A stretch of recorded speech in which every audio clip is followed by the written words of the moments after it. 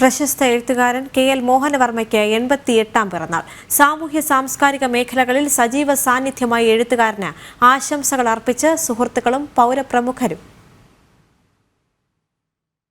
ഓഹരി, ക്രിക്കറ്റ്, നീതി തുടങ്ങിയ നോവലുകളിലൂടെ വായനക്കാരുടെ മനം കവർന്ന കെ.എൽ. മോഹനവർമ്മ എന്ന പ്രതിഭാധനന് ഇത് 88ന്റെ നിറവ്.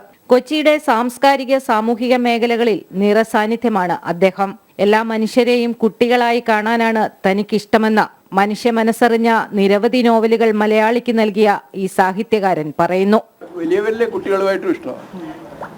പ്രായമല്ല പ്രധാനം, പ്രായമല്ല, അവരുടെ മനസ്സ്, അതാണ് പ്രധാനം. അപ്പോൾ അവിടെ നിന്നാണ്, അവരുമായിട്ടാണ് എന്താ വെച്ചാൽ മാറ്റങ്ങൾ അവർക്കാണ് നന്നായിട്ട് അറിയാവുന്നത്, നമ്മളെക്കാളും. പ്രായമായവരിലെ കുട്ടികളുമായിട്ട് സംസാരിക്കും. ഞാൻ ഉദാഹരണത്തിന് പറഞ്ഞാൽ പുനത്തിൽ കുന്നതുള്ള മരിക്കുന്നവരെയും കുട്ടിയായിരുന്നു. പുനത്തിലുമായിട്ട് ഇഷ്ടമാണ്. സക്രിയ കുട്ടിയാണ്. അവർക്ക് അത് കുട്ടികളുടെ മനസ്സോട് അറിയാൻ സാധിക്കും.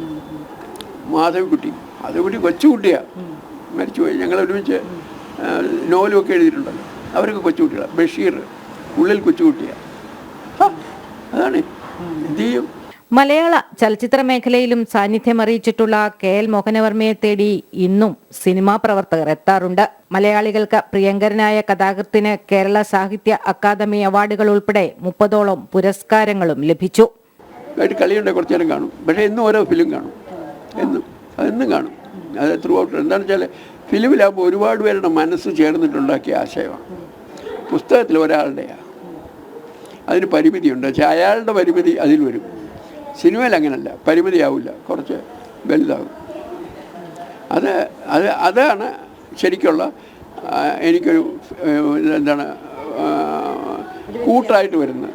പിറന്നാൾ ആഘോഷിക്കുന്ന ശീലമില്ലെങ്കിലും സുഹൃത്തുക്കളും ആരാധകരും പിറന്നാൾ ദിനത്തിൽ വീട്ടിലെത്തി ആശംസകൾ അർപ്പിച്ചു.